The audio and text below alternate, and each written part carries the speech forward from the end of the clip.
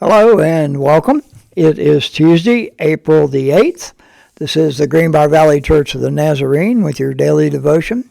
Today we are continuing in the Gospel of John, chapter 11. Today we will be reading verses 12 through 22. Here's the word of the Lord. His disciples replied, "Lord, if he sleeps, he will get better." Jesus had been speaking of his death, but his disciples thought he meant natural sleep. So then he told them plainly, "Lazarus is dead. And for your sake I'm glad I was not there, so that you may believe. But let us go to him." Then Thomas, also known as Didymus, said to the rest of the disciples, "Let us also go, that we may die with him." On his arrival, Jesus found that Lazarus had already been in the tomb for 4 days. Now Bethany was less than 2 miles from Jerusalem, and many Jews had come to Martha and Mary to comfort them in the loss of their brother. When Martha heard that Jesus was coming, she went out to meet him, but Mary stayed at home. "Lord," Martha said to Jesus, if you had been here, my brother would not have died.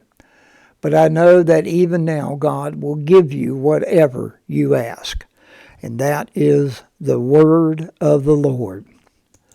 Our article today, Trustworthiness of Believing by Mike Wanch. Here's what Mike writes for us on this Tuesday. Have you ever thought or prayed, "Lord, if you had then"? Maybe it was something like, "Lord, if you had answered my prayer and I had gotten that job, then I wouldn't be so financially strapped."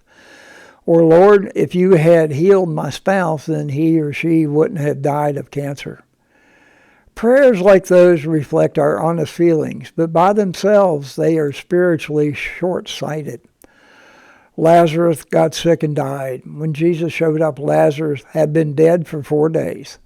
When Lazarus' sister Martha heard Jesus was coming, she went out to meet him. "If you had been there," she said to Jesus, "my brother would not have died." She uses the if-then phrase, yet she adds a statement of faith. I know. Martha was expressing real, raw emotions, but in the midst of her sorrow, there was an affirming, "Yet I still believe." God is not afraid of our honesty. Our prayers should contain our real thoughts and feelings. However, we must never live with "if you had then" attitude alone. Otherwise, our prayers to God are nothing more than complaints. Today, even when we do not have all the answers, may our position in prayer be, "But I know." The Solid Rock by Edward Mote is our hymn. When all around my soul gives way, he then is my hope and stay. And from the 34th Psalm, verse 18, "The Lord is close to the brokenhearted and saves those who are crushed in spirit." And this is your daily devotion for Tuesday, April the 8th.